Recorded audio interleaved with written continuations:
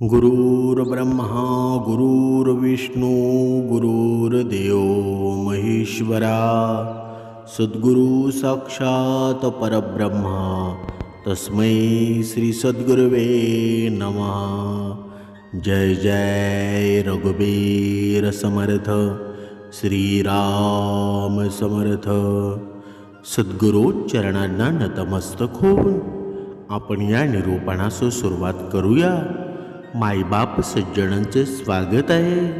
पहा, आज आपण पाहणार आहोत बऱ्याच भरपूर कमेंट्स झालेल्या आहेत की नक्की भगवंताची भक्ती नक्की करावी तरी कशी, भगवंत नक्की आम्हाला दर्शन देईल का, अशा बऱ्याच कमेंट आलेल्या आहेत। आणि म्हणून हे निरूपण त्यांच्यासाठी आहे, म्हणजे भक्ताची भक्ती पाहून स्वतः भगवंत देखील आपल्याला भेटायला येतो, हे आज तुम्हाला मी सांगणार आहे। कोणी इतकं प्रेम आणि भक्ती कशी करू शकतो असा सुद्धा तुम्हाला विचार पडेल। आणि आपण अजून भक्ती मार्गाला लागलेलो नाही, हा सुद्धा तुम्हाला पश्चाताप होणार आहे। म्हणजे समर्थांनी आपल्याला सांगितलेलं आहे ना, काही माणसं एवढी भक्ती करतात ना की भगवंताला सुद्धा वाटतो आता थांबून घे, एवढी तू भक्ती करू नकोस। तुकाराम महाराजांनी आपलं सर्व बघा जे होतं तेवढं सर्व लुटून टाकलं। बघा, एवढे श्रीमंत होते, अशी भक्ती आपल्याला करता येईल का बरं? कधीच करता येणार नाही। पण भगवंतांनी आपल्याला सांगितलेले आहे ना, तेवढी गहन भक्ती तुम्ही करू सुद्धा नका। तुम्हाला संसारामध्ये राहून तुम्हाला भक्ती करायची आहे ना, तशीच तुम्ही करा। म्हणून श्रीकृष्ण स्वारी भगवद्गीतेमध्ये मनुष्याला बोलतात की हे मनुष्य, तुझे जीवन जगतोय ना, तू का जीवन जगतोय हा तुला पहिला प्रश्न पडेल ना, तेव्हा सर्व प्रश्नांची तुला उत्तरं मिळतील। पण आपण मात्र भगवंताकडं प्रश्न विचारतो ते म्हणजे धनाचे, आपल्या जीवनातले कधी मात्र प्रश्न विचारत नाही।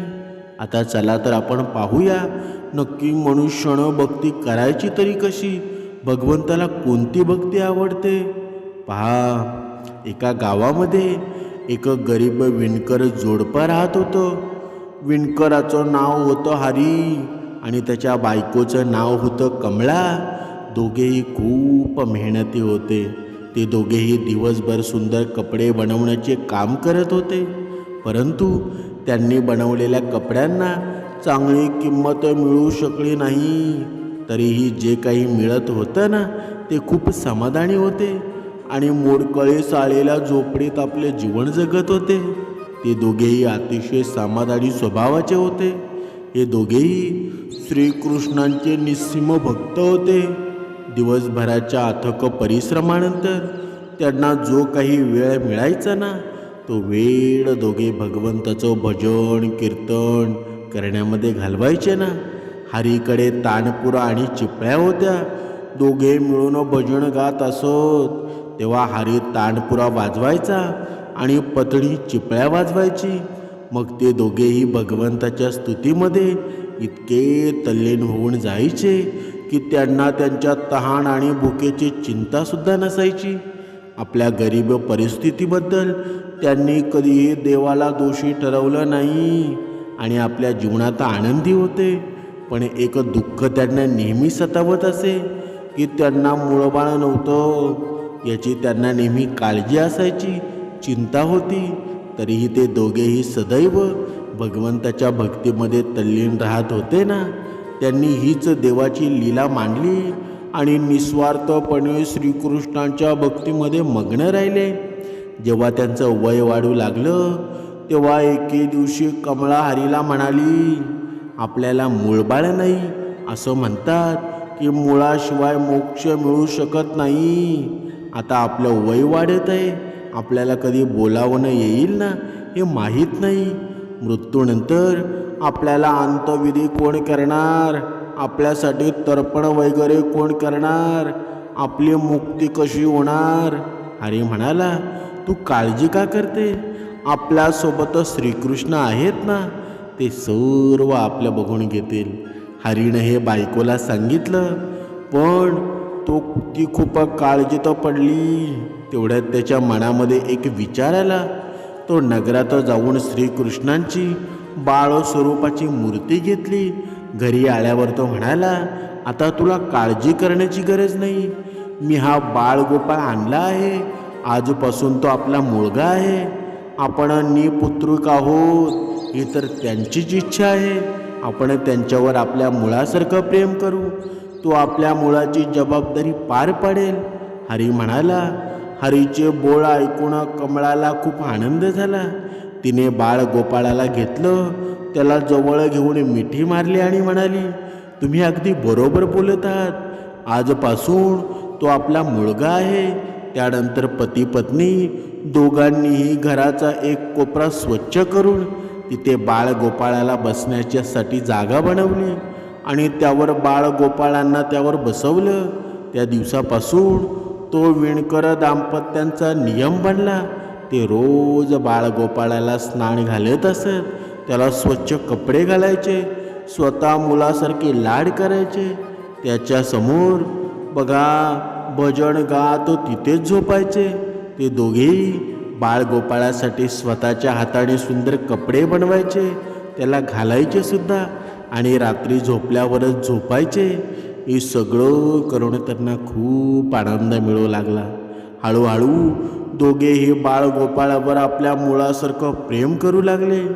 बाळकृष्ण आता त्यांच्या कुटुंबाचा भाग झाला होता ना. कमळाचा नियम असा होता की रोज आधी तिच्या बाळाला स्वतःच्या हाताने जेवण खायला घालायची आणि मग ती स्वतः जेवत असे. बाळकृष्णाला खाऊ घालताना तिला असं वाटलं की ती आपल्याच मुलाला भरवत आहे. त्या दोघांचे अखंड प्रेम पाहून भगवंत श्रीकृष्ण अत्यंत प्रसन्न झाले आणि ते अदृश्य रूपामध्ये आले आणि स्वतः जेवण करू लागले. जेव्हा कमळाने बालकृष्णाला प्रेमाने जेवण दिलं ना, तेव्हा ते आपल्या आईच्या हातचे जेवण असल्याचा भास श्रीकृष्णांना झाला. कमळाच्या हाताने प्रेमानं दिलेलं प्रत्येक पानात त्यांना आईचं प्रेम मिळालं ना. आईच्या त्या प्रेमानं भगवंत श्रीकृष्ण स्वतः वश झाले. पण कमळाला कधीच कळलं नाही की बाळ गोपाळ स्वतः तिच्या हातचं अन्न खातात. एके दिवशी काम जास्त असल्यानं कमळा बाळ गोपाळाला जेवण द्यायची विसरली. उन्हाळ्याचे दिवस होते. पती पत्नी दोघेही दुपारी काम करून थकले आणि न जेवताच झोपी गेले.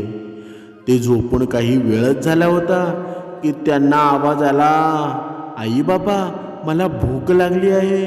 दोघेही घाबरून उठले. आवाज कुठून आला हे शोधण्यासाठी आजूबाजूला पाहिलं, पण काहीच दिसेना. तेव्हा अचानक कमळाला आठवलं की आज तिनं आपल्या बाळकृष्णांना जेवूच घातलं नाही. ती घाईघाईनं उठली आणि बाळकृष्णाकडे धावत गेली आणि बघितलं की बाळ गोपाळाचा चेहरा कोमेजलेला आहे. हे बघून हे नवरा बायको दोघेही त्यांच्या पाया पडले आणि दोघांच्याही डोळ्यातून अश्रू वाहत होते. कमळानं ताबडतोब जेवण आणलं आणि तिला इतकं प्रेम वाटलं ना, तिनं बाळकृष्णाला उचलून आपल्या मांडीवर बसवलं, खाऊ घालायला सुरुवात केली. दोघं नवरा बायको रडत रडत बाळकृष्णाला खाऊ घालत होते. त्याचवेळी त्यांच्याकडून वारंवार केलेल्या गुन्ह्यांची माफी मागत होते. असे तीव्र प्रेम पाहून भगवंत अत्यंत प्रभावित झाले. श्रीहरिकृष्ण आपल्या रूपात प्रकट झाले.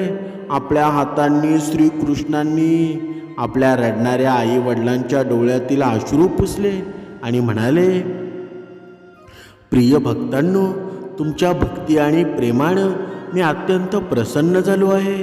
तुम्हाला जे वरदान हवं आहे ते तुम्ही मागू शकता. मी तुमच्या सर्व इच्छा पूर्ण करेल. हे ऐकून दोघेही भगवंताच्या चरणी पडले आणि म्हणाले, हे दयाळू, तुम्ही आमच्यावर प्रसन्न होऊन आमच्यासमोर उपस्थित आहेत. यामुळं आमचं जीवन धन्य झालं आहे. यापेक्षा आम्हाला काही नको. यापेक्षा काही जास्त फायदा काय? श्रीहरी म्हणाले, तुमची इच्छा असल्यास तुमच्या जीवनातील मुळाची उणीव दूर करील आणि तुम्हाला सुंदर मूळ देईल.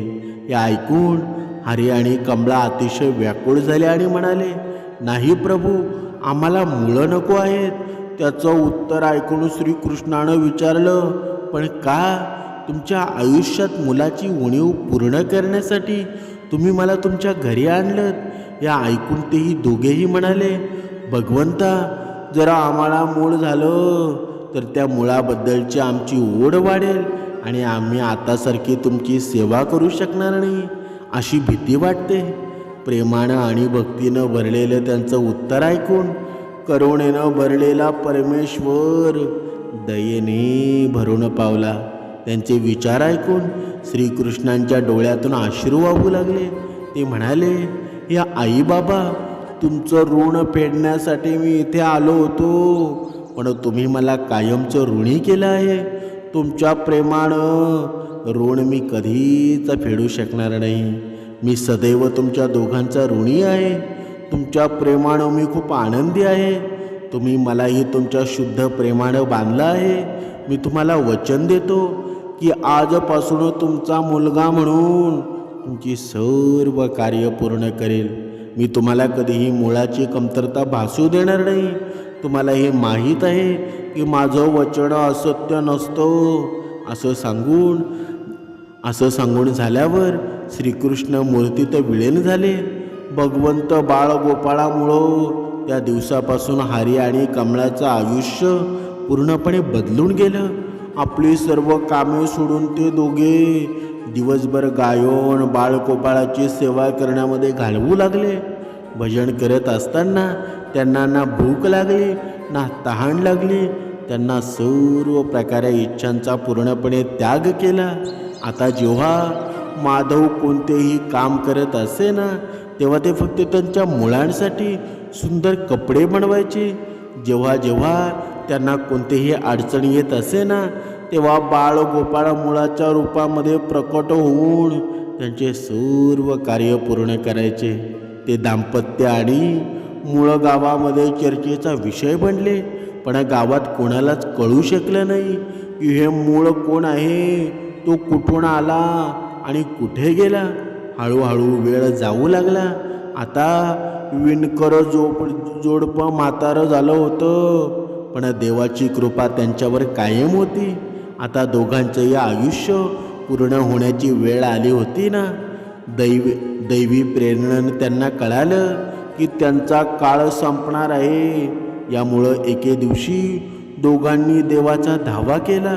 श्रीकृष्ण लगेच हजर झाले आणि त्यांची इच्छा जाणून घेण्यासाठी दोघेही भक्त दाम्पत्य भगवंताच्या चरणी नतमस्तक झाले आणि म्हणाले, हे भगवंता, आम्ही आमच्या संपूर्ण आयुष्यात तुमच्याकडे कधी काही मागितलं नाही, पण आता जीवनाचा शेवटचा टप्पा आला आहे, म्हणून आम्हाला तुमच्याकडून काही मागायचं आहे. देव म्हणाले, तुमची कोणतीही इच्छा आहे ते मोकळे मनाने मला सांगा. मी वचन देतो की मी तुमची प्रत्येक इच्छा पूर्ण करेल. तेव्हा बाळगोपालांच्या प्रेमात पडलेले वृद्ध जोडपे म्हणाले, हे नाथ भगवंता, आम्ही तुम्हाला आमचा मुलगा म्हणून पाहिला आहे. तुम्ही हे पुत्राप्रमाणे आमची सेवा केली. आता अशी वेळ आली आहे की ज्यासाठी कोणत्याही आई वडिलांची इच्छा असते ना, आम्ही दोघे पती पत्नी एकत्र मारावं, हीच आमची इच्छा आहे. हे देवा, ज्याप्रमाणे मुलगा आपल्या आई वडिलांचा अंतिम संस्कार करून त्यांना मोक्ष देतो ना, त्याच प्रकारे हे देवा, कृपया आपल्या हातांनी आमच्या अंतिम संस्कार करून आम्हाला मुक्त करा. श्री हरींनी त्यांच्या दोन्ही इच्छा पूर्ण करण्याचं वचन दिलं आणि बाळगोपाळांच्या मूर्तीत विलीन झाले. शेवटी तो दिवस आला जेव्हा प्रत्येक जीवाला हा देह सोडावा लागतो. दोन्ही वृद्ध जोडपे आजारी पडले. या दोघांच्या भक्तीची गावभर चर्चा होती. त्यामुळं त्यांची अवस्था जाणून घेण्यासाठी गावातील लोक त्यांच्या झोपडीजवळ आले. परंतु दोघांचेही लक्ष श्रीहरीकडचं होतं. कोण आले आणि कोण नाही हे त्यांना माहीत नाही. मग अचानक एक चमत्कार घडला. विणकराची झोपडी एका प्रखर आणि अलौकिक प्रकाशानं भरून गेली. तिथे उपस्थित सर्वांचे डोळे पाणावले. कोणाला काही दिसत नव्हतं. काही लोक झोपडीतून बाहेर आले, काही जण तिथे जमिनीवर बसले. तेव्हा श्रीहरी आपल्या दिव्य चतुर्भुज रूपामध्ये प्रकटले. त्यांच्या अनोख सौंदर्य सृष्टीला उजळून टाकणारं होतं. ज्यानं वातावरण एका दिव्य सुगंधानं भरून गेलं. मंद स्मित हास्य करत ते आपल्या भक्त आई वडिलांकडे बघत होते. त्यांचे हे दैवी रूप पाहून दोघे म्हातारे अत्यंत आनंदी आणि मंत्रमुग्ध झाले. आपल्या दिव्य दर्शनानं त्या दोघांना तृप्त करून दयाळू लीलाप्रेमी संपूर्ण सृष्टीचा पालन करता श्रीहरी त्या दोघांच्या जवळ त्यांच्या जवळच जमिनीवर बसले. देवाने त्या दोन भक्तांचे डोके आपल्या मांडीवर ठेवले. त्यांनी त्यांच्या डोक्यांवरून प्रेमाने हात फिरवला. त्यानंतर त्यांनी हाताने डोळे मिटले. असे करताच दोघेही तात्काळ प्राण गेलं आणि ते दोघेही श्रीहरीमध्ये विलीन झाले. म्हणजेच पंचभूतांनी बनलेलं शरीर पंचभूतांमध्ये विलीन झालं. काही वेळानं तो दिव्य प्रकाश दिसेनासा झाला. तेव्हा उपस्थित सर्व ग्रामस्थांनी पाहिलं की तिथे ना हरी आहेत, ना कमळा आहे, ना बाळगोपाल आहे. फक्त जमिनीवर पडलेली काही फुले उरली होती आणि वातावरणात सर्वत्र पसरलेला एक दिव्य सुगंध होता. चकित झालेल्या ग्रामस्थांनी श्रद्धेने पृथ्वीला नमस्कार केला.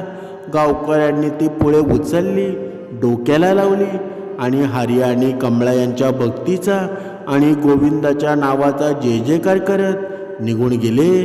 त्या फुलांचे गंगेत विसर्जन केले. आता इथे बरेचशा लोकांना समजलं असेल की नक्की भगवंताचे आणि भक्ताचं प्रेम नक्की कसं असावं, भक्ती कशी असावी. अशी आपण भक्ती नक्कीच करू शकत नाही. कारण जो तो आपापल्या परीने देवावर भक्ती करत असतो ना, विश्वास ठेवत असतो. फक्त एवढंच म्हणणं आहे की जे कराल ते मनापासून करावं, तरच देव आपल्या पाठीशी नक्कीच असतो ना. म्हणजे आपल्या जीवनामध्ये जी कोणतीही गोष्ट घडते ना, ती काही ना काही कारण असतं. त्यामध्ये भगवंताची लीला असते. म्हणून प्रत्येक गोष्टीमध्ये भगवंत आहेच असं समजून पुढे मनुष्याने जीवन जगलं पाहिजे, तरच खरा परमार्थ साधतो ना. आता इथे काही नास्तिक लोक आहेत ना, ते अशी सुद्धा म्हणतील माझ्याकडे सर्व काही आहे, मला दुःखांचा सामना करावा लागत नाही, मग तरीही सुद्धा मी भगवंताची भक्ती का करावी बरं. बघा, अनेक असे प्रश्न असतात. ज्याला भक्ती करायची नाही ना, तो वेगवेगळ्या मार्गाने काढता पाया घेतो. पण तुम्हाला सांगणं आहे की आपण आता रामायणामध्ये जाऊ. रामायणामध्ये हनुमंतराय आणि श्री रामप्रभू सर्वांना माहीत असतील. हनुमंतरायांकडे काय कमी शक्ती होत्या का बरं. लहानपणी सूर्याला बघा भेटायला गेला होता, सूर्याला खायला गेला होता, फळ म्हणून खायला गेला होता ना. प्रचंड शक्ती होती, तरीसुद्धा हनुमंतरायाला श्रीरामाची भगवंताची गरज पडली ना. का पडली बरं. कारण सर्व काही संपन्न असून सुद्धा भगवंताचं नामस्मरण का आवश्यक आहे बरं. कारण जेव्हा हा माणूस आहे ना, हा चुकीचा पुतळा आहे. कुठे चुकेल आणि काय होईल हे सांगता येईल का बरं. पण जेव्हा भगवंताचं आपण नामस्मरण करतो ना, भगवंताची जेव्हा कृपा आपल्यावर असते ना, तेव्हा आपल्याकडं असलेली जी काही कळा असेल, जी काही शक्ती असेल, धन संपत्ती असेल, पैसा असेल, ते सर्व टिकून राहतं. म्हणून भगवंताचं नामस्मरण करावं. आणि दुसरा फायदा की आपल्या जीवनामध्ये मृत्यूनंतर सुद्धा आपण जर भगवंताची भक्ती करत असाल ना, तर तुम्हाला यमदूत न्यायला येणार नाहीत, तर स्वतः भगवंत घ्यायला येतील. म्हणजे आपल्या जीवनामध्ये आहे ना, जे काही आपण करतो ना, ते फक्त आपल्या फायद्यासाठीच करावं असं अजिबात नाही. काही गोष्टी आहेत ना, आपला पुढचा फायदा पाहून सुद्धा कराव्या लागतात. म्हणून भगवंताची भक्ती करणं आहे ना, ते आपण भगवंतावर बघा भगवंतावर कृपा करत नाही, भगवंत आपल्यावर कृपा करत असतो. ते आपल्या फायद्यासाठीच आहे ना.